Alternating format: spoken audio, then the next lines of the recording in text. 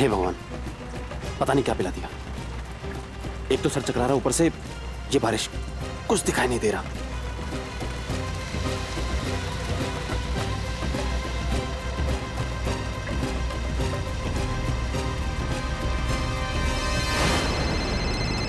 ये मालती भी ना, पता नहीं क्या मुसीबत है, एक के बाद एक फोन कर रही।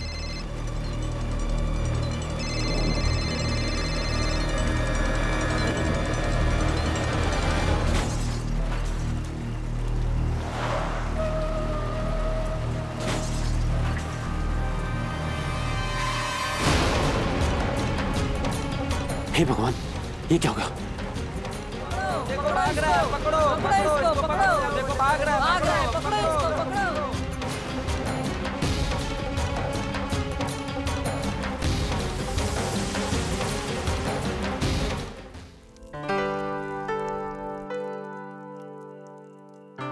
मैं मटर पनीर बना देती हूँ।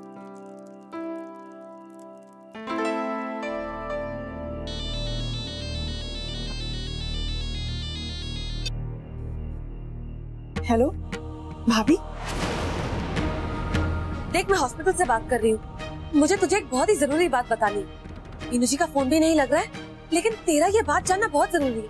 लेकिन आप हॉस्पिटल में क्या कर रही हैं? कोई जरूरी बात, कोई खुशखबरी? नहीं, मैं ये तुझे फोन पर नहीं बताना चाहती। तू घर पर ही है ना?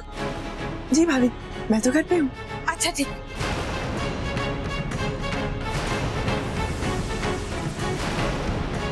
साक्षी, आपका ध्यान कहाँ पे है? और आपके चेहरे का रंग क्यों उतरा हुआ है? वो कुछ नहीं, जरा सा कटा है। ये जरा सा कटा है? देखिए जरा कितना खून बह रहा है इसमें से। एक मिनट।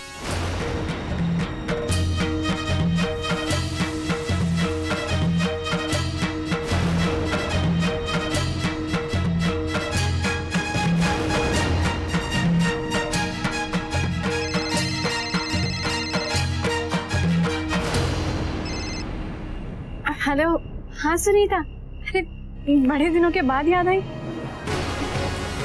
हाँ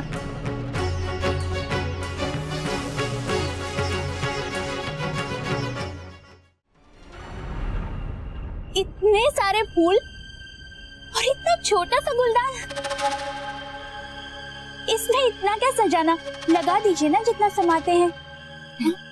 वो एक्चुअली मैं इसे परफेक्ट करना चाहती हूँ।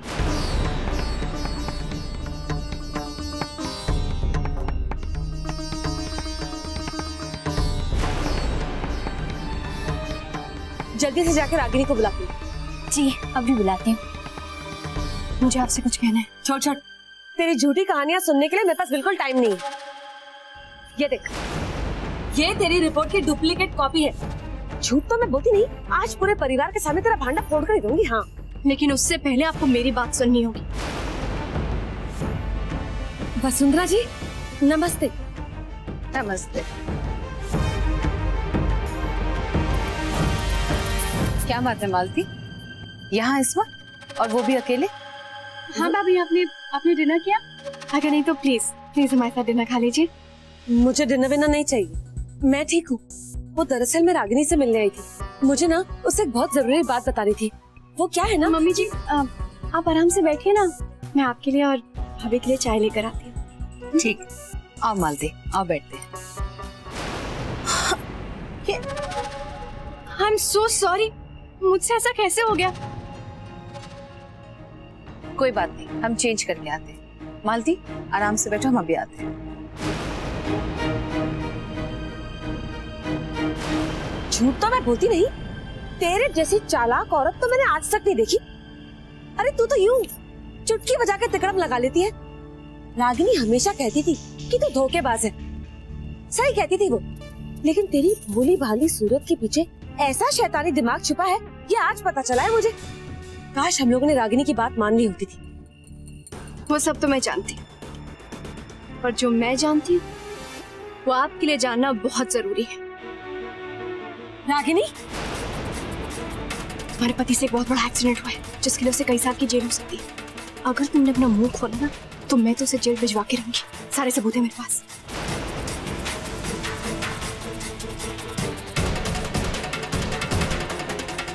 कैसी हैं आप? क्या हुआ? आप ठीक तो है ना? पानी पानी चाहिए मुझे, वो गर्मी इतनी हो गई है ना। पानी ला दे रागिनी। अभी लाई। ए लड़की, अगर मेरे वीनू जी के ऊपर गलत इल्जाम लगाया ना तो मार डालूंगी तुझे। मैं अपने पति और परिवार के लिए कुछ भी कर सकती हूँ, बता देती हूँ। हाँ मैं जानती हूँ भाभी, इसलिए तो आपको सच्चाई बताना और भी जरूरी था। झूठी, एक नंबर की लुच्ची कहेगी। झूठ के अलावा तूने कुछ बोला है कभी?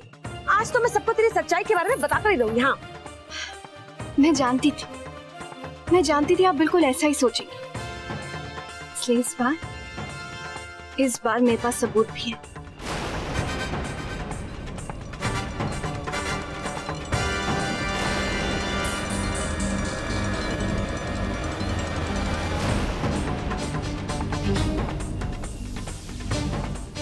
थैंक गॉड ये एमएमएस मुझे टाइम पर मिल गया, ना आज तो इस मालती भाभी ने मेरा सच सबके सामने ले आना था।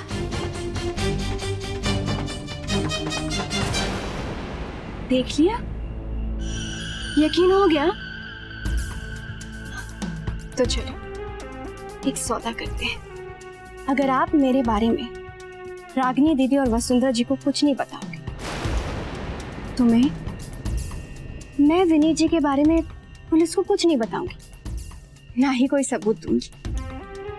अगर आप चुप रहोगे तो मैं चुप रहूंगी, मैं चुप रहूंगी तो जो इस वीडियो में है वो भी चुप रहेगा, कोई पुलिस को कुछ नहीं बताएगा।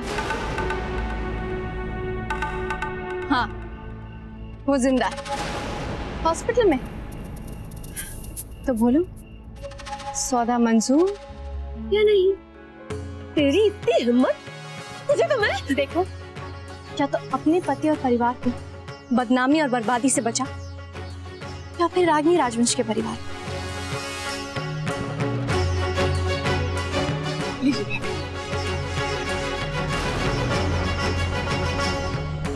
क्या हुआ अभी? आपके चेहरे का रंग पीला क्यों पड़ रहा है? कोई प्रॉब्लम है? बारिश रुक जाती तो कैसी उमस हो जाती है ना, और फिर मैं सारा दिन घर से बाहर भी तो रही हूँ। सारी थकान ना शायद मेरे चेहरे पर आ गई है, और मेरी तबीयत तो वैसे भी ठीक नहीं है ना। चलिए आप बैठ जाइए, चलिए। नहीं मैं ठीक हूँ। पक्का? और बताइए, घर में सब लोग कैसे हैं? सब अच्छे हैं। अरे हाँ भाभी, आप तो मुझे कुछ बताने वाली थी ना। वो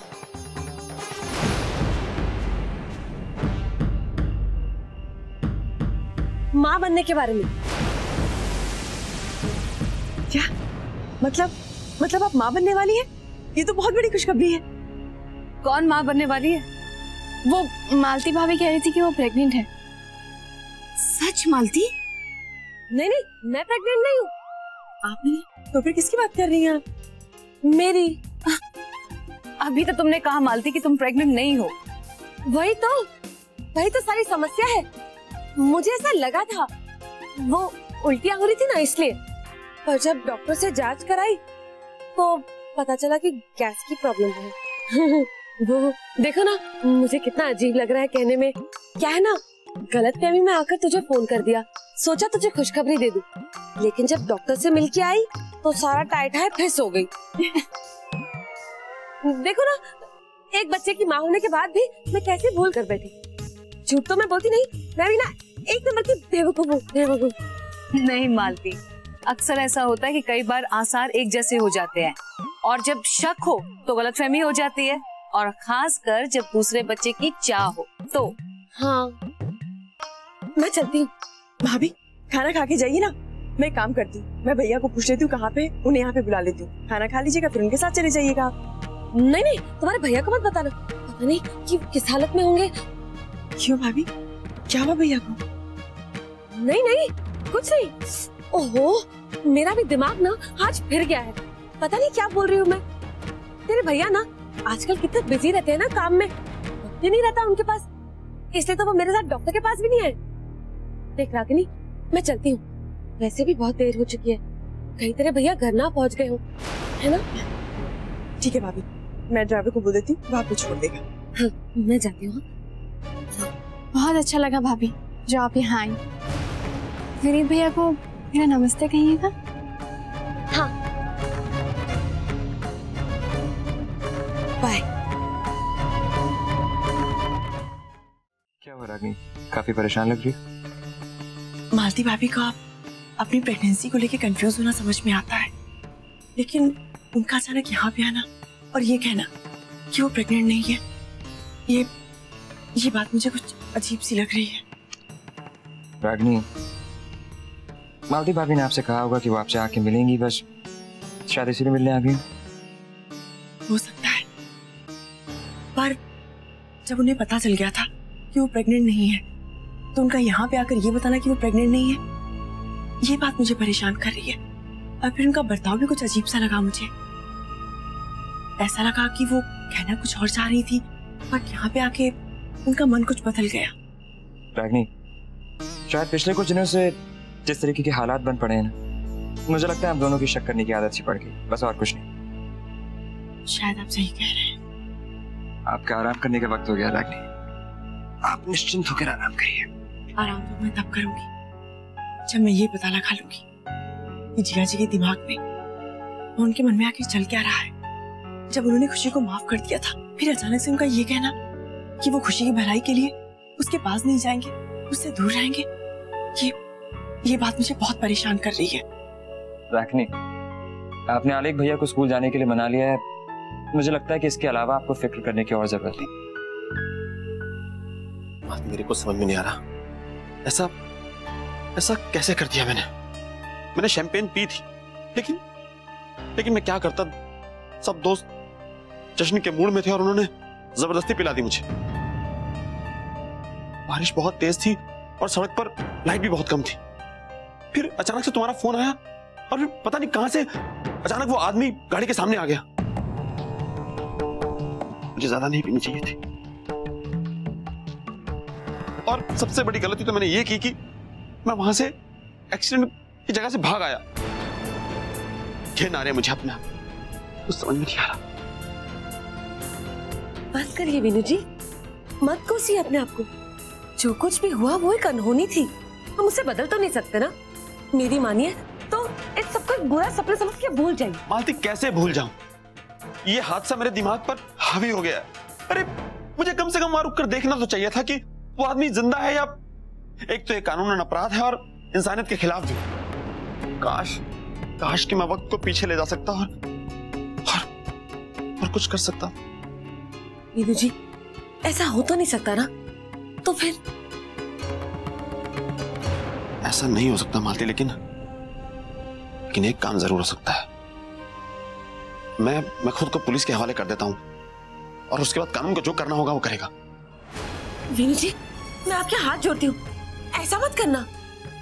मेरा मतलब है कि उस लड़के को कुछ नहीं हुआ होगा विनू जी, और अगर आप पुलिस के पास गए ना तो केस आपके खिलाफ हो जाएगा। याद है ना रणवीर जी के साथ क्या हुआ था? जरा सोचिए विनू जी, अगर आपको जेल हो गई तो मेरा क्या होगा, माँ जी और बाबूजी का क्या होगा? इतनी मेहनत से इतने ऊंचे उठे हुआ, वो औहदा, वो नौकरी सब चली जाएगी विनू जी। काव्य के बारे में तो सोचो, उसे आपकी कितनी जरूरत है। अगर आपको जेल हो गई तो इस बात का उस पर क्या असर होगा, जरा सोचिए। कहाँ चले गए थे आप दोनों? मैं कब से आप दोनों का इंतजार कर रहा था। पता है मैं कितना डर गया था।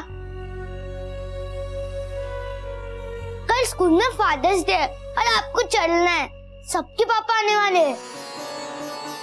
लेकिन बेटा मैं पापा अब ये मत करना, आपको बहुत सारे काम है। अगर आप कल नहीं चलोगे तो मेरी तो नाक ही कट जाएगी। झूठ तो मैं भी नहीं बोलता, इससे अच्छा स्कूल से आप मेरा नाम ही कटवा दो।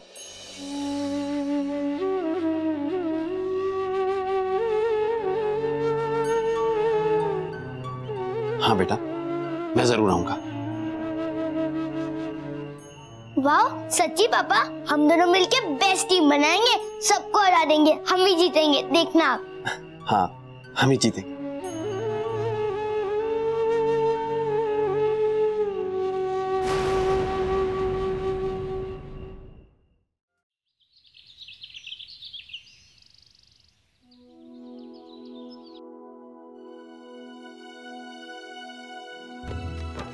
तो बच्चा पार्टी चलने को तैयार? यस! पता नहीं कि मेरे पापा कहाँ है। खुशी, आप बिल्कुल चिंता मत कीजिए, मुझे पूरा यकीन है वो जरूर आएंगे। लेकिन मम्मा टाइम तो देखो, अगर हम अभी नहीं निकले तो लेट हो जाएंगे। It's all right, beautiful. मैं बस यूं गया और यूं लेकर आया भैया को, ओके? वो आएंगे और अपने आप आएंगे।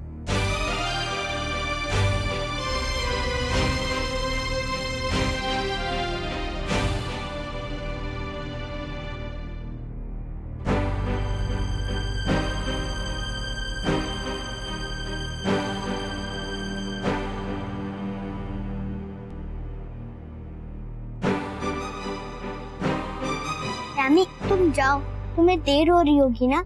नो, तुम नहीं चलोगी तो मैं भी नहीं जाऊंगी।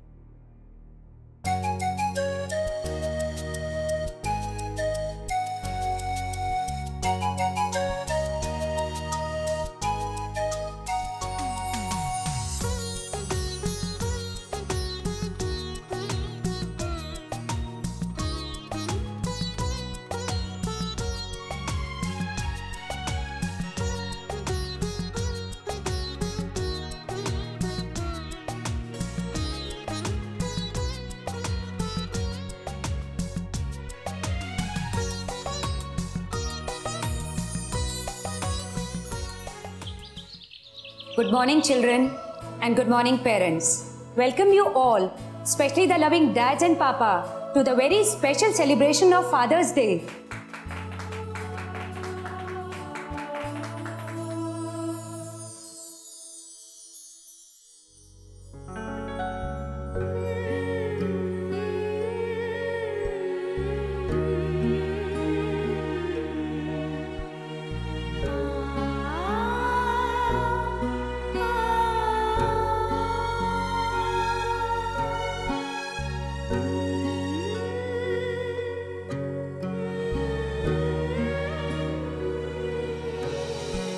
आज के दिन हम यहाँ उपस्थित हर पिता का सम्मान करते हैं, क्योंकि बच्चे के जीवन में पिता का बहुत ही महत्वपूर्ण स्थान होता है।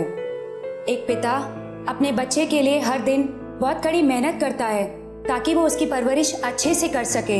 एक पिता अपने बच्चे को संस्कारी और सफल बनाने के लिए बड़े से बड़ा बलिदान दे सकता है।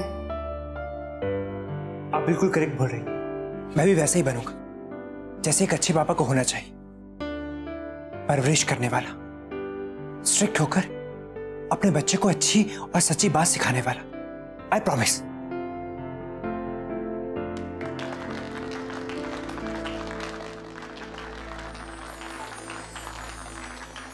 सेंट मार्टिन स्कूल की तरफ से आज मैं आप सब लोगों को धन्यवाद करना चाहूंगी कि आज आप अपने बच्चों के साथ यहाँ पधारे। हर घर की एक छोटी सी जिंदगी होती है जिसका हिस्सा होते हैं माता, पिता और उनके बच्चे, और इसी भावना को उजागर करने के लिए आज हमने एक छोटी सी एक्टिविटी आपके लिए प्लान की है। हर पिता और बच्चे की एक टीम बनेगी और उस टीम को चिकनी मिट्टी से पृथ्वी के गोल का आकार बनाकर उस पर अपनी दुनिया का चित्र बनाना है और उस पर अपनी फैमिली मेंबर्स के नाम लिखने हैं।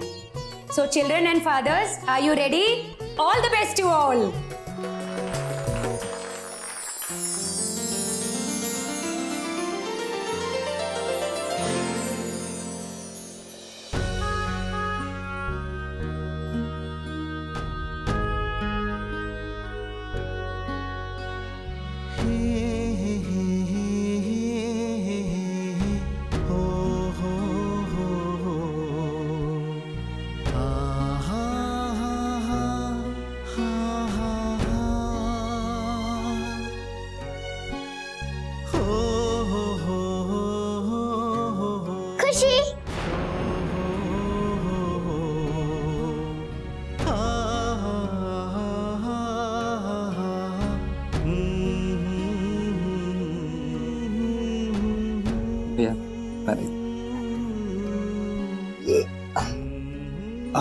आप रहने दीजिए, मैं कर लूंगा।